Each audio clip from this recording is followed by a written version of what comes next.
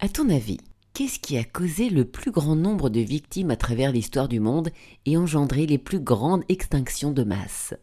Famine, virus, météorite? Appuie sur pause et tente ta chance avant de découvrir la réponse dans un instant.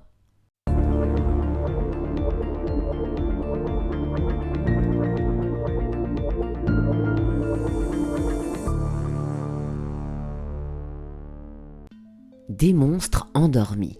Les supervolcans, aussi appelés calderas, produisent des éruptions et des explosions d'une ampleur catastrophique. Elles déciment en général toute la population à des milliers de kilomètres aux alentours. Définition. Un supervolcan est une zone d'activité volcanique qui a vécu une éruption explosive au cours de laquelle des matériaux volcaniques ont été expulsés de façon violente et soudaine sur au moins 1000 km3 de surface. Un cataclysme inimaginable.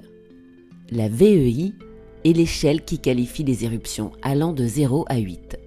Chaque degré représente une éruption 10 fois plus puissante que la précédente. Sainte Helens. Une des dernières éruptions majeures que la Terre ait connues est celle de Sainte Helens en 1980 dans l'État de Washington.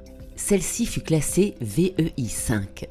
L'éruption libéra une énergie équivalente à 27 000 fois celle de la bombe d'Hiroshima, propulsant 470 millions de tonnes de cendres, de terre et de cailloux dans un rayon de 30 km.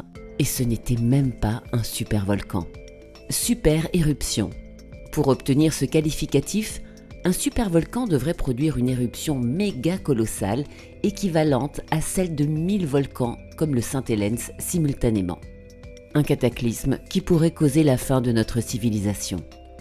C'est probablement ce qui s'est produit des dizaines de fois à travers les âges.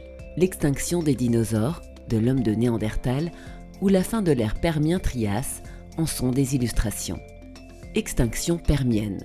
Lors de cette extinction massive, il y a 250 millions d'années, des supervolcans en Sibérie ont rempli l'atmosphère de cendres et de pluies acides, faisant disparaître la couche d'ozone et empoisonnant l'océan avec du mercure. Ce sont alors 70% des espèces terrestres et 95% des espèces marines qui ont brusquement disparu. Et aujourd'hui, il existe 1500 volcans actifs et on recense chaque année environ 50 éruptions volcaniques à travers le monde. Ce sont essentiellement des VEI entre 0 et 3. Les supervolcans, eux, se comptent sur les doigts d'une main. Les plus connus et les plus médiatiques sont ceux de Toba, Sumatra, de Yellowstone, USA, ou encore celui de Campi Flegrei, près de Naples. Quels sont les risques? Rassurez-vous, les super éruptions sont statistiquement hautement improbables, avec une incidence d'une fois tous les 600 000 ans. Mais ne vous réjouissez pas trop vite.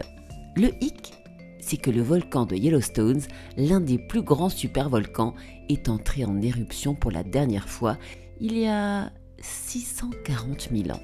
Et de nombreux indices indiquent que l'activité volcanique y est extrêmement intense ces dernières années. Quelles conséquences? Si une telle éruption venait à se produire, outre l'explosion de grande ampleur et des coulées de lave dévastatrices, ce sont au moins 10 000 gigatonnes de matière qui seraient projetées à travers le monde. Un scénario catastrophe qui réduirait les chances de survie de l'ensemble des espèces vivantes. En effet, les super éruptions peuvent projeter des dizaines de millions de tonnes de cendres et de dioxyde de soufre dans l'atmosphère. De quoi réfléchir la lumière du soleil sur une partie, voire la totalité de la planète et provoquer un hiver volcanique, une chute brutale des températures pendant des mois, voire des années. Et toi, penses-tu que le destin de notre civilisation va se finir par une éruption de ce type?